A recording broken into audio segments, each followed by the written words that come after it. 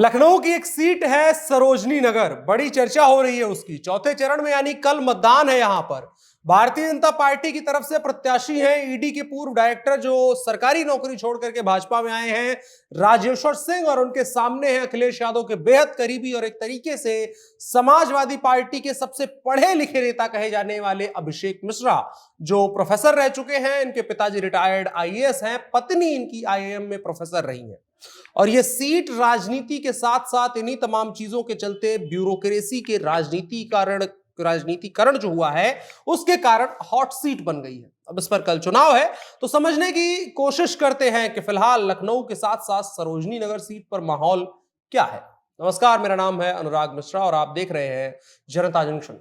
लखनऊ की सरोजनी नगर विधानसभा फिलहाल सबसे हॉट सीट मानी जा रही है। पिछले इसकी दो वजहें हैं। पहला यह कि पिछले चुनाव यानी 2017 की मोदी लहर में यह भाजपा के खाते में आई थी।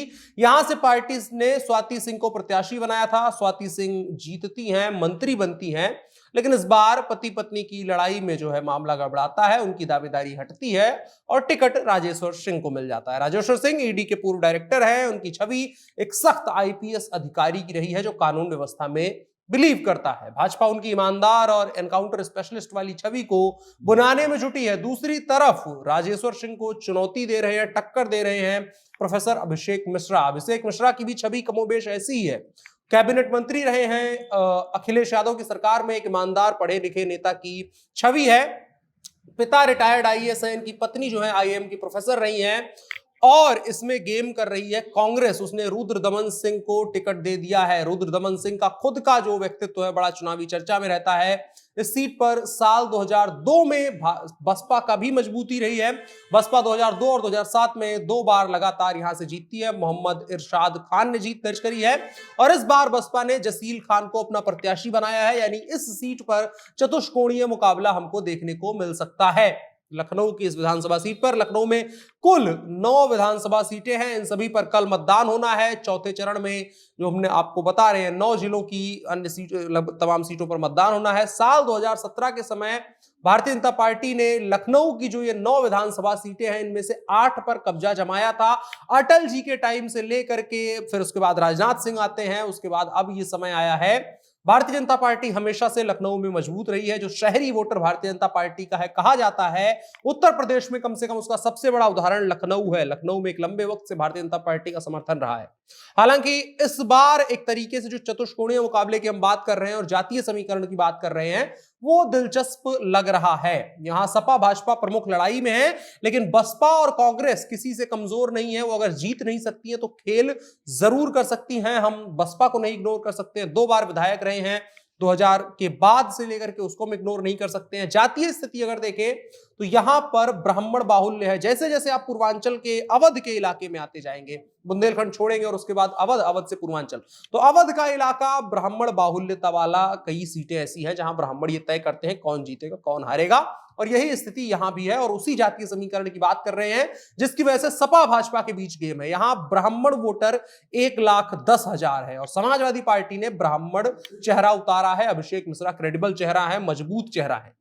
इसके अलावा अनुसूचित जाति 90,000 जो ठाकुर हैं, जिससे भारतीय जनता पार्टी ने प्रत्याशी उतारा है, 60,000 हैं। यादव 50,000 हैं, ओबीसी 30,000 हैं और मुसलमान 30,000 हैं। और इसी वजह से पूरा समीकरण जो है एक तरीके से बनता बिगड़ता नजर आ रहा है। लेकिन भारतीय जनता पार्टी के पास पिछला रिकॉर्ड है। स्वाति सिंह ठाकुर ही थी, तब भी वो जीती थी यहां से। वर्तमान में सरकार में मंत्री बनती हैं, तो इस वजह से भारतीय जनता पार्टी थोड़ी सी आश्वस्त है। लेकिन इस बार अगर थोड़ा बहुत ऊपर नीचे होता है तो अभिषेक मिश्रा दांव यहां पर अच्छा खेल सकते हैं, क्योंकि कांग्रेस की अगर बात करें तो रुद्रदमन सिंह को टिकट दिया है और कुछ न कुछ वोट उनके हिस्से में भी जाएगा, निजी हैसियत के दम पर, कांग्रेस के वजह से नहीं।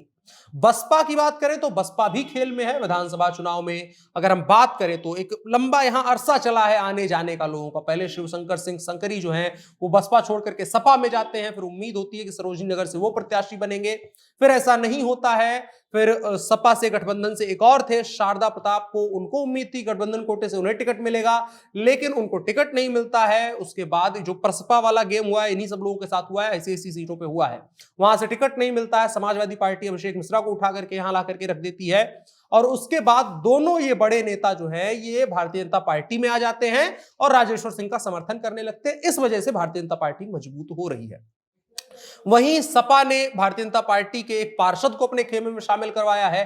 कांग्रेस ने रुद्र दमन सिंह को टिकट दिया है। रुद्र दमन सिंह पिछली बार निर्दलीय चुनाव लड़े थे, 21,000 वोट हासिल करे थे। इसके अलावा 2012 में उन्होंने 41,000 वोट हासिल करे थे। इस वजह से हम लगातार ये बात समझ पा रहे हैं कि कांग्रेस भी यहां पर गेम चेंजर साबित हो सकती है। भले वो जीत ना पाए, लेकिन कई लोगों का खेल बिगाड़ सकती है। और इसके अलावा अगर रुद्र दमन सिंह के बारे में स्पेसिफिक बात कर रहे हैं तो सरोजनी नगर की जो विधानसभा है उसमें जो ग्रामीण इलाके आते हैं उसमें रुद्र दमन सिंह की काफी मजबूत पकड़ है। ऐसे में इस बार अगर जो देखने को मिल रहा है सपा और भाजपा के बीच अगर कांटे की लड़ाई होती है तो कांग्रेस यहां पर बहुत बड़ा रोल प्ले करेगी और कांग्रेस का जो ठाकुर वाला वोट है उसको काटने में बड़ा रोल प्ले करेंगे रुद्र दमन सिंह और उसका नुकसान भारतीय जनता पार्टी को होगा। हालांकि भारतीय जनता पार्टी अभी भी आश्वस्त नजर आ रही है। जिस तरीके से प्रचार अभियान चल रहा है, तमाम चीजें चल रही है, उसको देख करके यही लग रहा है कि भारतीय जनता पार्टी आश्वस्त है। लेकिन कल मतदान के वक्त लखनऊ की सीट पर कुछ बड़ा हो सकता है, एक नए तरीके का समीकरण बन सकता है, क्योंकि यहां मामला त्रिकोणीय नहीं चतुष्कोणीय है। चतुष्कोणीय स्थिति में काफी कुछ प्रेडिक्ट नहीं किया जा सकता है। हालांकि आपकी क्या राय है कमेंट बॉक्स में जरूर बताएं और साथ ही साथ इस वीडियो को साझा करें। और आप जिस विधानसभा से इस वीडियो को देख रहे हैं वहां का हालचाल भी अगर लिख सके कमेंट में तो बहुत अच्छा रहेगा। उससे हम एक कलेक्टिव बातचीत कर सकते हैं जिसमें आपकी राय भी शामिल होगी। फिलहाल के लिए इतना ही। मेरा नाम अनुराग मिश्रा है, आप जनता जंक्शन देख रहे हैं। कैमरे पर मेरे साथ ओम प्रकाश हैं। शुक्रिया।